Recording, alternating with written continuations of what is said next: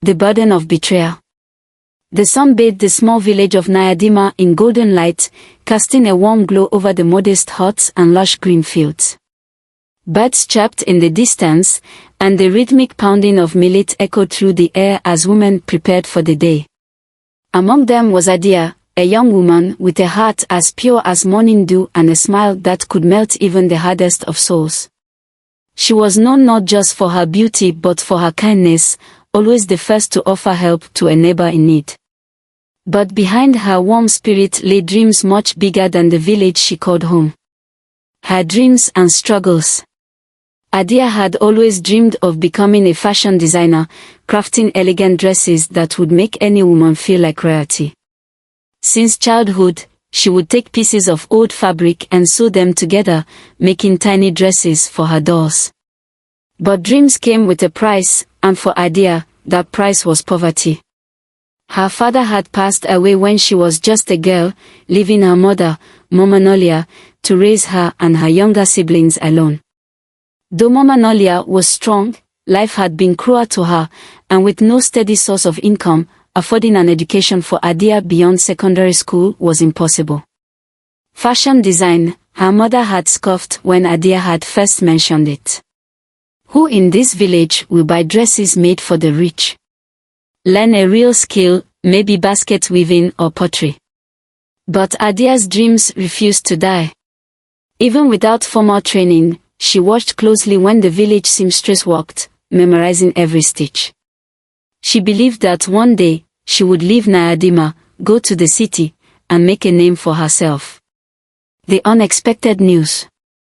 It was during one of Nyadima's bustling market days that Adia's path crossed with Kwame, a traveler from the city.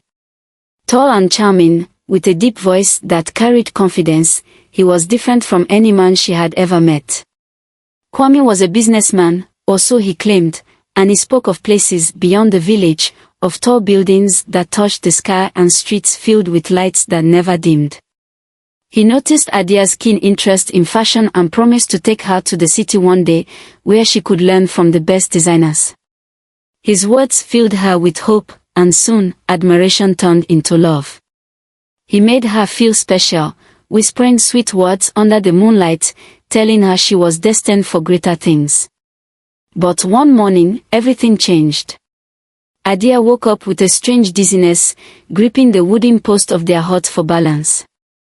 A wave of nausea hit her, and she rushed outside to retch behind the house. Her mother noticed immediately. "Adia, are you sick?" At first, she dismissed it as fatigue, but the days passed, and her sickness only grew worse. Her once full skirts began to tighten around her waist, and whispers in the village grew louder. One afternoon, Mama Nolia dragged her to the village nurse, and the truth struck like thunder. "You are 3 months pregnant," the nurse said, looking at Adia with cautious sympathy. Adia's heart pounded in her chest. Pregnant? She couldn't believe it. Kwame. She hadn't seen him in weeks. The last time they spoke, he had mentioned traveling to another town but promised to return for her. Had he known? Was that why he left? She swallowed hard, looking at her mother, whose expression had turned stone cold. Rejection from her family. The walk back home was silent. But the moment they stepped inside, Mama Nolia erupted like a storm. "You have shamed me," she screamed, her voice echoing through the small hut. "A child out of wedlock. You disgraced this family, Adia." Tears streamed down Adia's face. "Mama, I didn't mean for this to happen. I thought he loved me." "Love?" Mama Nolia spat. "If he loved you, where is he now? You think any man in this village will marry you now? No man wants a woman carrying another's child." The words cut deep. Adia sank to her knees, begging for forgiveness, but her mother's heart had hardened. That evening, as the sun set behind the hills, Adia was cast out. Her belongings were packed and placed outside the door. "You are no longer my daughter," Mama Nolia said, voice trembling with anger. "Go. Find the man who made you pregnant and let him take responsibility. Adia clutched her bag, her heart shattered into 1,000 pieces. Neighbors watched in silence, some shaking their heads in pity, others whispering in judgment. She was alone. A friend's helping hand. For hours, Adia sat outside the compound, tears soaking her dress, watching as darkness swallowed the village. The once familiar place now felt like a prison she could never return to. Desperate, she reached for the small mobile phone Kwame had gifted her and dialed the only person she could think of, her childhood friend, Zina. "Zina, I need you," she whispered, her voice breaking. Zina, who had moved to the city years ago for school, didn't hesitate. "Come to me, Adia. I'll help you." Adia had no money for a bus ticket, but one of the older women in the village, who had always been fond of her, slipped a few bills into her hand. "Don't let this destroy you, my child," the woman whispered. "Go and find your future." The bus ride to the city was long and filled with uncertainty. Would Zina truly help her? Could she raise a child alone? As the lights of the city came into view, Adia clutched her belly, a silent promise forming in her heart. She had lost everything, her home, her family, her innocence. But she would not lose herself. She had a new life to fight for. She would survive. A new beginning in the city. Starting over. Adia stepped off the crowded bus, her worn-out sandals pressing into the rough pavement of Lusona City. The air smelled of grilled street food and car exhaust, a sharp contrast to the fresh breeze of Nyadima village. Towering buildings stretched toward the sky, their windows gleaming under the setting sun. The city was alive, restless, just like her heart. Her belly, now round with the weight of life growing inside her, felt heavier as she made her way through the bustling streets. "Adia." She turned just in time to see Zina, her childhood friend, rushing toward her. They embraced tightly, Adia's body trembling as silent tears slipped down her cheeks. "You're safe now," Zina whispered. Zina led her to a small apartment in Kimora Estate, a neighborhood that smelled of fried plantains, soap, and the occasional burst of sewage from the broken drains. The space was cramped, a single room with a mattress in the corner, a tiny kitchen area, and a broken wardrobe, but to Adia, it was a palace compared to the cold rejection she had faced at home. For the first few weeks, Adia struggled to adjust. She was tired all the time, her body aching as her pregnancy advanced. She tried looking for work, but most people turned her away at the sight of her belly. The few places that offered jobs, restaurants, hair salons, cleaning services, demanded long hours on her feet, something she could no longer handle. Zina, who was in her final year of nursing school, did her best to support them both. She shared her food, gave Adia a place to sleep, and encouraged her when she felt like giving up. "We will find a way, Adia," she always said. "You're stronger than this." The birth of twins. One rainy night, the sharp pain started. Adia clutched her belly, groaning as the contractions came in waves. Zina panicked but quickly composed herself, calling a cab to rush her to St. Therese Hospital. The labor was long, excruciating. Hours of pain, sweat, and desperate prayers. Then, at dawn, the cries of two newborn girls filled the hospital room. Naya came first, small but fierce, her tiny fist clenched as she wailed. Kessia followed moments later, quieter, her eyes already full of wonder. Tears streamed down Adia's face as she held them for the first time. They were perfect. All the pain, all the struggles, it had led to this moment. She was a mother now. And she would do whatever it took to give her daughters a good life. A hustler's spirit. The next few months were harder than Adia had ever imagined. The nights were sleepless, the days exhausting. She barely had time to eat, let alone think about the future. Zina helped when she could, but between her hospital shifts and school, most of the responsibility fell on Adia's tired shoulders. She knew she couldn't rely on Zine forever. One afternoon, as she rocked Kessia to sleep, an idea sparked in her mind. She had always loved designing. She couldn't afford fashion school, but she could start small. Adia took out a few old fabrics she had saved from the village and started sewing by hand. She made simple hairbands, beaded bracelets, and colorful purses from leftover cloth. She took a deep breath. This has to work. With the last of Zina's money, she went to the open-air market and bought more fabric, beads, and thread. The first few days, she stitched for hours, her fingers raw from pulling needles through thick cloth. Then, she set up a small stand outside the apartment, laying out her handmade items on a piece of cloth. At first, nobody noticed. People walked past, barely glancing at her work. Doubt crept in. But Adia wasn't one to give up. One day, an older woman stopped and admired a beaded headband. "Did you make this yourself?" "Yes," Adia said nervously. The woman smiled and bought two. That was all the motivation Adia needed. Business takes off. Zina, seeing the potential, had another idea. "You need to sell these online," she said. Online. Adia barely knew how social media worked. Zina took charge, creating a Facebook and Instagram page for Adia's business, naming it Naya and Kessia Creations, after the twins. She took pictures of the headbands, purses, and bracelets and posted them with captions like "Handmade with love.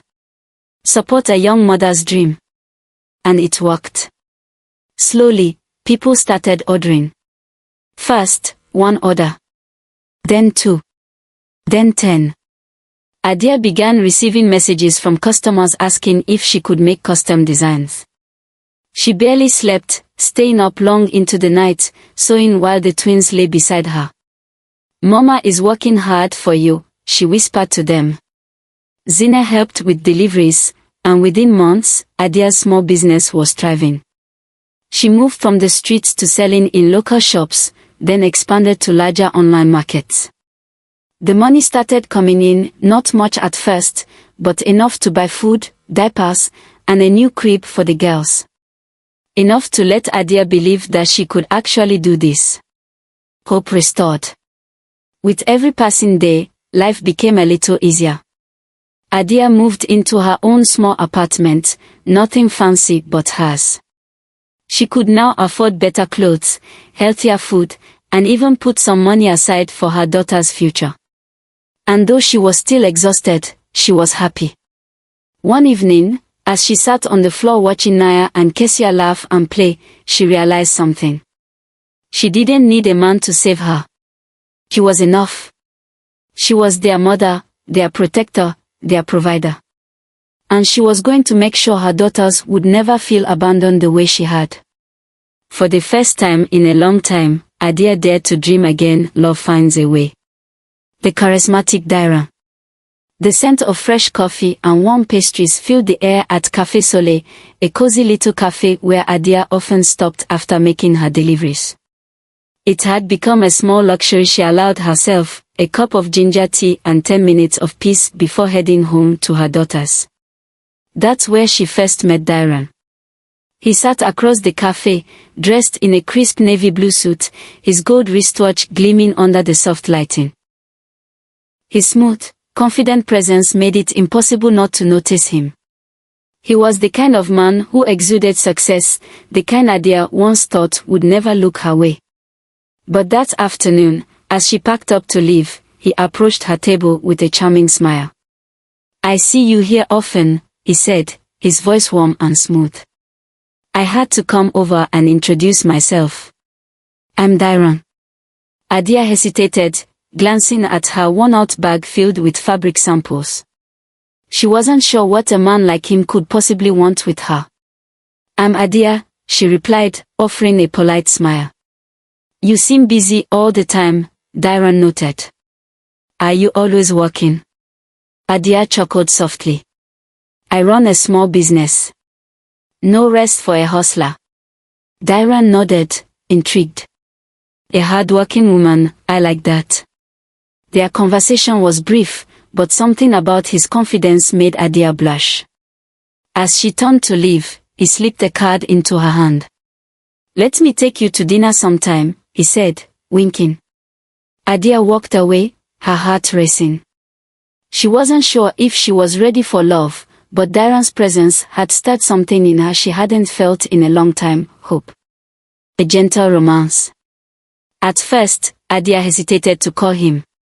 She had 2 children, a business to run, and a heart that had been broken too many times. But Dairan was persistent. He texted good morning messages, checked on her throughout the day, and sent little surprises, a bouquet of sunflowers at her shop, a box of chocolates left at her doorstep. After a week, she finally agreed to dinner. He took her to Lush Gardens, a high-end restaurant with candlelit tables and soft jazz playing in the background. The night was filled with laughter, delicious food, and the kind of attention Adia had never received before. Dairan listened to her dreams, admired her ambition, and spoke about his own life. He was a real estate developer, had traveled the world, and believed in building a legacy. You're an amazing woman, Adia, he said, his eyes locking with hers. Smart, hardworking, and beautiful. I feel lucky to have met you. Adia felt herself melting. For the first time in years, she felt seen. Over the next few weeks, Dairan swept her off her feet. He took her to art galleries, invited her to exclusive events, and made her feel like the most special woman in the world. Every other day, he would surprise her, whether it was a handwritten note, a perfume bottle, or just his time, making her laugh after a long day. Zina noticed the change in Adia's mood. Look at you, glowing like the city lights, Zina teased one night. I haven't seen you this happy in forever. Adia smiled, but deep down, a storm was brewing. Dairan didn't know about Naya and Kessia. And she was terrified to tell him. The fear of rejection. Adia knew she couldn't hide the truth forever. Every time Dairan spoke about their future, weekend getaways, meeting his friends, possibly settling down, a knot formed in her stomach. She had been here before. With Kwame, who had left her when she needed him most. With every man in the past who had turned cold the moment they learned she was a mother. Would Dairan be any different? One evening, as they sat in his car after a dinner date, he reached for her hand. You know I care about you, right? He said gently. Adia nodded, staring at her hands. I want us to be serious, Dairan continued. I see a future with you, Adia. Her breath caught in her throat. Now. She had to tell him now. She took a deep breath. Dairan, there's something I need to tell you. He frowned slightly but nodded. Go on. Adia's fingers trembled. I have 2 daughters, Naya and Kessia. They are 4 years old. The silence that followed was deafening. The heartbreaking truth. Dairan pulled his hand away slowly. His warm expression faded into shock, then disappointment. You have children, he repeated. Yes, Adia whispered, her heart pounding. For a moment, he said nothing. Then he let out a bitter laugh. Why didn't you tell me before? I was scared, she admitted. I didn't want to lose you. Dairan shook his head. You should have been honest from the start, Adia. I'm not ready to raise another man's children. Her chest tightened. Dairan, please. No, he interrupted, his voice firm. I have plans for my future. I want a fresh start with my wife, not someone else's baggage. Baggage. The word hit her like a slap. Dairan sighed, rubbing his temple. You're an incredible woman, Adia. But this. I can't do this. Without another word, he opened the car door and stepped out, leaving her alone in the silence of the night. Shattered again. Adia sat frozen, tears burning her eyes but refusing to fall. She had been a fool to hope. A fool to believe that love would accept her as she was, a mother, a provider, a fighter.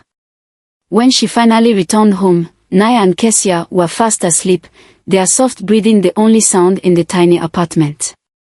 She sat beside them, stroking their tiny hands. Her heart ached, not just from Darren's rejection, but from her own foolishness. She had spent so much time trying to be someone else, hiding the most beautiful part of her life, her daughters. Adia wiped her tears. She wasn't going to waste another second mourning a man who couldn't love her completely. She had 2 daughters to raise, a business to grow, and a life to build. Love had betrayed her once again. But this time, she wasn't going to let it break her. The wealthy Mr. Tebena. Life moved forward, but the scars of rejection never truly faded. Adia focused on her growing business, pouring herself into work to drown the pain. She had no time for love, no time for men who couldn't accept her and her daughters. But then, she met Tebena. He was a man of wealth and influence, the kind who made heads turn when he walked into a room. A real estate tycoon, he owned multiple properties across the city, wore only the finest suits, and never drove the same car twice in a week. They met at an entrepreneurs networking event, where Adia had been invited to speak about her business journey. She was still adjusting to the luxury of such spaces, but she had earned her place. Her accessories business had grown beyond a small online store and was now being stocked in boutique shops. After her speech, Tebena approached her with a smirk of admiration. "You're an impressive woman," he said, holding out his hand. "I'd love to hear more about how you built such an empire." Adia chuckled nervously. "It's hardly an empire." "Not yet," Tebena said, his eyes gleaming. "But with the right support, it could be." That was how it began, a series of chance meetings that turned into invitations for coffee, which turned into extravagant dates in the most exclusive restaurants. Unlike the men before him, Tebena didn't chase her, he pursued her with precision. He sent her fresh roses every Monday morning, deposited money into her account without her asking, and introduced her to people who could help elevate her business to new heights. For the first time, Adia felt like she belonged in a world she had only dreamed of. But there was one thing Tebena didn't know. Naya and Kessia. A secret relationship. At first, Adia told herself she would eventually come clean. But as the relationship deepened, so did her fear of losing him. Tebena wasn't like the others, he was a man of status, reputation, and power. He had no children, had never been married, and made it very clear that when he did settle down, he wanted a woman who could start fresh with him. Adia began separating her life into 2 worlds. With Tebena, she was the ambitious, independent businesswoman, attending fancy galas, smiling for photos, and dining with the city's elites. At home, she was Mama, the tired but loving mother to 2 beautiful daughters who still asked her to read bedtime stories. But as Tebena's demands for her time increased, Adia found herself spending less and less time at home. Some nights, she didn't come back until long after the girls were asleep. Other times, she made excuses, leaving them with Zina for entire weekends. Naya and Kessia were too young to understand, but they felt the change. "Mommy, can we play today?" Naya asked one evening, tugging at her dress. Adia, exhausted from a long event, sighed. "Not now, baby. Go play with Kessia." Kessia's small voice piped up. "Mommy, we missed you." A sharp pang of guilt twisted in her stomach. She crouched down and kissed their foreheads. "Mommy's just busy, my loves. But I promise, I'll spend time with you soon." But soon never came. A dangerous lie. 6 months into their relationship, Tebena dropped a bombshell. "I want you to be my wife, Adia." The words hung in the air, heavy with meaning. a proposal. A future of luxury and security. A chance to finally erase the struggle of her past. But there was one problem, Tebena still didn't know she was a mother. Adia swallowed hard. Are you sure? I've never been more certain about anything, Tebena said. I see a future with you, and I want to build something great together. Adia's heart raced. This was everything she had dreamed of, a home without financial worries, a partner who adored her, a life free of the pain of rejection. But where did Naya and Kesia fit into that future? Would he still want her if he knew she was a mother? The answer sat like a stone in her gut. No. He wouldn't. So she did the unthinkable. She lied. She nodded, forcing a smile. I'd love to marry you. Adia's guilt. At first, Adia convinced herself that she could make it work. Maybe she could tell Tebena after the wedding, when he was too invested to leave. Maybe she could arrange for Naya and Kesia to live with a relative and visit them secretly. But the deeper she fell into the lie, the more she pushed her daughters away. She stopped tucking them into bed. Stopped reading them stories. Stopped noticing the way their faces lit up whenever she came home. One evening, as she was leaving for another event, Naya clung to her leg. Mommy, don't go, she whimpered. Stay with us tonight. Adia froze. She looked down at her daughter's wide, innocent eyes, then at Kesia, who watched in silence, a quiet understanding in her gaze. For a moment, guilt clawed at her. Then her phone buzzed, Tebena's name flashing across the screen. She pried Naya's fingers from her dress and stepped back. I'll be back later, she said, forcing a smile. She walked away, not turning back. The ultimate betrayal. The proposal was 2 weeks away, said to be a grand affair. Tebena had spared no expense, a ballroom, a diamond ring, even a press announcement. Adia should have been overjoyed. But she felt nothing but a deep, growing sickness. Every time she looked at her daughters, she saw the truth she had abandoned. She had made them a burden in her mind, convinced herself they were the reason she had suffered. She told herself that marrying Tebena would fix everything, that once she had wealth and stability, she could bring them back into her life. But another voice whispered in her mind. They will ruin this for you. Just like they ruined everything else. The thought was like a poison, creeping through her veins. And that's when she made the most heart-wrenching decision of all. That evening, she picked up her phone and made a single call. To a children's foster home. I have 2 girls, she whispered, her voice trembling. I can't take care of them anymore. She didn't allow herself to cry. She didn't allow herself to think. She was doing what needed to be done. For her future. For her happiness. For a life without struggle. As she hung up the phone, she told herself it was for the best. She told herself that one day, they would understand. But deep down, she knew the truth. She was abandoning the only real love she had ever known. A dark night. The city lights faded behind her as Adia drove down a desolate road, her grip tightening on the steering wheel. The hum of the engine was the only sound in the car, apart from the soft breathing of Naya and Kesia, curled up in the back seat. The girls had fallen asleep hours ago, their little heads resting against each other. Adia's stomach churned. She had told herself this was the right thing to do. That they would be better off without her. That they would find a home with someone who could love them fully, instead of being raised by a mother who had grown resentful of their existence. But why did it feel like she was ripping out her own soul? The road stretched endlessly, flanked by towering trees that whispered in the night breeze. She had picked a remote area, far enough from the city, far enough that no one would ever find them quickly. She pulled over near the edge of a forest, her hands shaking. Her breath came in ragged gasps as she looked back at the sleeping girls.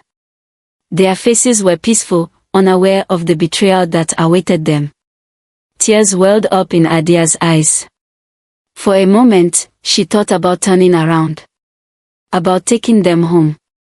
But then she saw her reflection in the rearview mirror, the woman she had become, the one who was about to marry a wealthy man, the one who had spent years struggling, only to finally have a chance at luxury. Her mind whispered the same cruel words. They will ruin this for you. Before she could hesitate any longer, she reached back, gently shaking them awake. Naya, Kessia, she said softly, forcing a smile. Wake up, my loves. The girls stirred, rubbing their sleepy eyes. Mommy. Kessia mumbled. We are going on an adventure, Adia lied. She unbuckled their seatbelts, lifting them out of the car one by one. The night air was cool, the ground damp beneath their tiny feet. Kessia yawned, holding on to Naya's hand. Where are we going, Mommy? Adia swallowed the lump in her throat. You'll see, she whispered. A scene beyond redemption. Step by step, they walked into the trees, the darkness swallowing them whole. Adia's pulse pounded in her ears. Every fiber of her being screamed at her to stop. But she kept going. She stopped at a clearing where the moonlight barely reached, the silence pressing against her chest like a weight she could no longer bear. This was it. She turned to them, forcing the last smile she would ever give them. Stay here, okay, she said, her voice trembling. Mommy will be back soon. Naya and Kessia blinked up at her, confusion flickering in their sleepy eyes. You're leaving? Naya asked, her tiny fingers clutching Adia's dress. Just for a moment, Adia hesitated. Kessia's voice was barely a whisper. You always leave. A sob threatened to escape Adia's lips. This is for the best. She turned around and walked away, her steps quickening with every breath. Naya called after her. Then Kessia. Then their voices merged into desperate screams. Mommy, don't leave us. Mommy, please come back. But Adia kept walking. Faster. Faster. Faster. Until the voices were swallowed by the night. Until she reached her car, threw open the door, and sped off into the darkness. She didn't dare look back.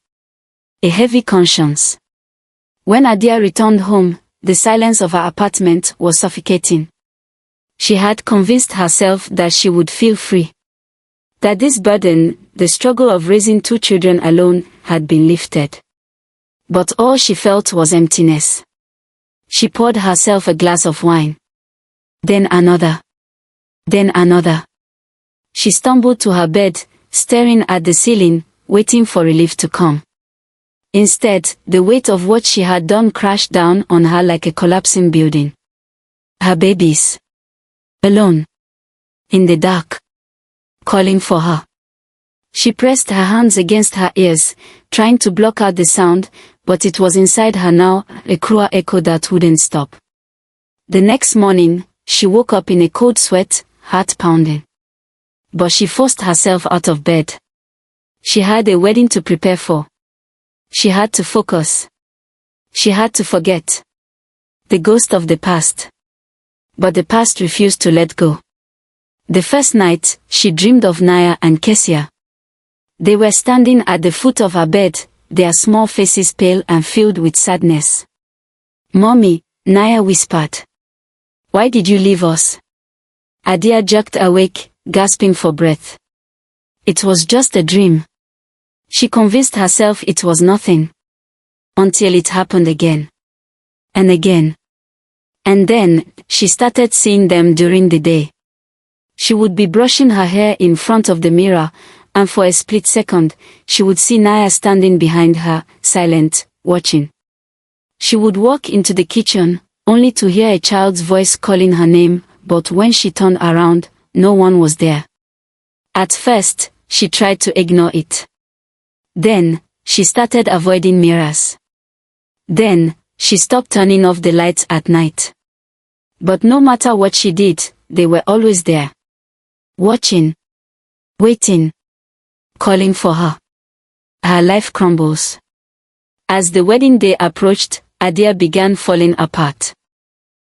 Her once glowing skin grew pale. The bags under her eyes deepened. Her laughter became forced, her voice hollow. Tobena noticed. "What's wrong, Adia?" he asked one evening. "You've been acting strange." She forced a smile. "Just stress from the wedding." But deep inside, she was unraveling. She couldn't eat.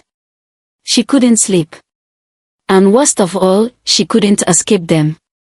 She started seeing them in crowds, a glimpse of a curly-haired girl in a pink dress, only for her to vanish in a blink. She started hearing their voices in the wind, whispers creeping through her mind no matter how hard she tried to shut them out. "Mommy, we are waiting for you," she screamed one night, waking up drenched in sweat. She knew then, there was no escape from this. Her children weren't just in the past. They were in her now. And no amount of money, luxury, or love could wash away the blood on her hands. She had made the worst mistake a mother could ever make. And now, she would pay for it. Tobena learns the truth. The grand ballroom was lavishly decorated for the wedding of the year. Crystal chandeliers cast golden light across the room, and elegant guests whispered excitedly as they awaited the arrival of the bride. Adia stood in front of the mirror, dressed in pure white, her makeup flawless, her hair swept into an elegant bun. Yet, as she stared at her reflection, she saw her own hollow eyes staring back at her. She felt nothing. This was supposed to be the happiest day of her life. So why did she feel like she was walking into a prison? Her stomach twisted as a knock sounded on the door. "Come in," she called, forcing a smile. Zina entered, but her face was not filled with joy. It was tight with anger and disgust. Adia's heart sank. "What is it?" she asked. Zina threw a newspaper onto the vanity table. Adia's breath caught in her throat as she saw the headline. "Two little girls found in the woods, survive after being abandoned for days." Her hands trembled as she scanned the article. A kind woman, Mama Ebo, had found Naya and Kessia wandering near a fishing village, starving and weak. She had taken them in and raised them as her own. Tears blurred Adia's vision. "They survived," she whispered. "They survived," Zina spat. "Despite everything you did to them." Adia collapsed onto the chair, her entire body shaking. They are alive." "Yes, and I made sure Tobena knew," Zina said, her voice sharp. Adia's head snapped up, fear slicing through her like a blade. Zina stepped aside, and there, standing in the doorway, was Tobena. His face was cold, unreadable. For a moment, silence stretched between them. Then, his voice came, low and deadly. "Is it true?" Adia's lips parted, but no words came out. She could only nod. And with that one movement, everything came crashing down. Confrontation. Tobena's breath came out shaky. "You abandoned your own daughters." Adia reached for him. "Tobena, please, Don't touch me," he roared, his voice thundering through the room. Adia flinched, tears streaming down her face. "I didn't know what to do," she sobbed. "I thought I was doing the right thing. I thought they would ruin my life." "They were your life," Tobena shouted, his face twisted in horror and disgust. "And you left them in the wilderness like they were nothing." His hands shook as he reached for his phone. "I can't let this go, Adia," he said, his voice breaking. "I can't marry a woman like you." Adia's heart shattered into 1,000 pieces. She watched as he dialed a number, his expression stone cold. "Hello, police. I need to report a crime." The mother's punishment. The next few hours were a blur. The wedding was called off. The guests whispered, their voices harsh and condemning as the police arrived at the venue. Adia was handcuffed, paraded past the same people who had once admired her. She didn't struggle. She didn't scream. Because deep down, she knew she deserved it. At the trial, the evidence was damning. Zina testified. Tabena testified. Even the kind woman who had rescued Naya and Kesia stood in court, telling the world about the little girls who had survived against all odds. Adia had no defense. She was sentenced to life in prison. As the judge read the sentence, she heard whispers in her ears. "Mommy, don't leave us." But she had left them. And now, she would spend the rest of her days paying for it. A twist of fate. Years passed, and Adia never saw her daughters again. But she heard of them. Naya and Kesia, raised by Mama Ebo, had grown into strong, educated, successful young women. Naya became a doctor, treating sick children, perhaps as a way of healing the wounds her own mother had caused. Kesia became a fashion designer, following the very dream Adia had once abandoned. They were happy. They were loved. They never searched for their mother. A life of regret. In the small, grey prison cell, Adia spent her days alone. She had no visitors. No one wrote to her. The world had moved on without her. Every night, she lay on the hard cot, staring at the ceiling, replaying the moments that had led her here. She had traded her children for a future of wealth, and had ended up with nothing. Her hands, once soft from sewing, were now rough and aged. Her beauty, once admired by all, had withered away. All she had left were the ghosts of her past. And they never left her alone. The lesson. One rainy night, as thunder rumbled outside, Adia's strength finally gave out. Her body was weak, her spirit broken beyond repair. She lay on the cot, knowing her time was near. Her breaths came slow, shallow. And then, she saw them. Naya and Kesia. Standing at the foot of her bed the way they had on that terrible night. Except now, they weren't children. They were grown. Strong. Beautiful. They didn't speak. They just stared at her, their faces filled with the same sadness she had seen all those years ago. Adia reached out a trembling hand. "My babies," she whispered. "I'm so sorry." Her vision blurred, her breath grew weaker. She wanted to tell them that she loved them. That she had been wrong. That she had wasted her life chasing things that didn't matter, while throwing away the only true love she had ever known. But the words never came. And with one last breath, Adia closed her eyes forever. The guards found her lifeless body the next morning, her face stained with dried tears. But there was one thing different in the cell that day. The prison walls, once grey and empty, had childlike handprints smeared across them, two tiny prints, side by side. As if they had been there, holding her hand as she left this world.